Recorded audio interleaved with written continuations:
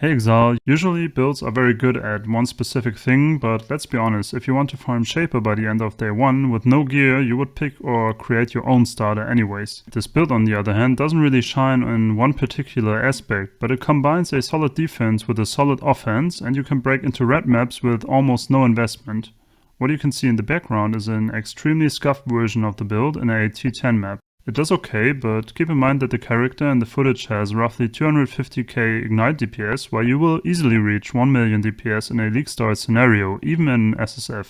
Speaking of SSF, the build is SSF-friendly, since all required mechanics do already come with Elementalist, but I'd rather play it in Trade League because there are several cheap unique items that make it even more powerful. Oh, and if you want to see more powerful starter builds, expect my League Starter compilation to come early next week. The basic idea of this character is to abuse the Shaper of Flame's ascendancy, which makes hits always ignite. Now you just slap on Wave of Conviction due to its insane base damage and effectiveness of added damage, and voila, ignites it like a truck. Wave of Conviction has many different damage tags, which makes it very easy to scale the gem's damage, and damage conversion opens up another path to scale your damage.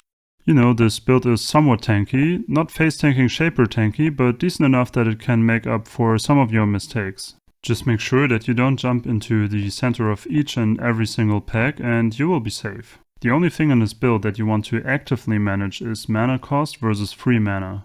While you won't be spamming Wave of Conviction, you want to have at least 2.5 times the mana cost of Wave of Conviction available as free mana to make the build feel smooth.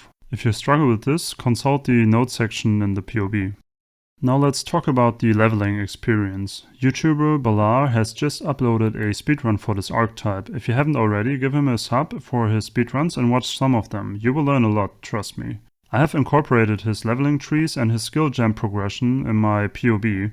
You will start your journey with a well-tested Rolling Magma Flame Wall Holy Flame Totem setup. Right in Act 2, you can start using Wave of Conviction and enjoy it until the endgame. Make sure to abuse the elemental damage as added spell damage vendor recipe that single-handedly carries you into maps. If you don't know it already, check out the quick and simple demonstration in the top right.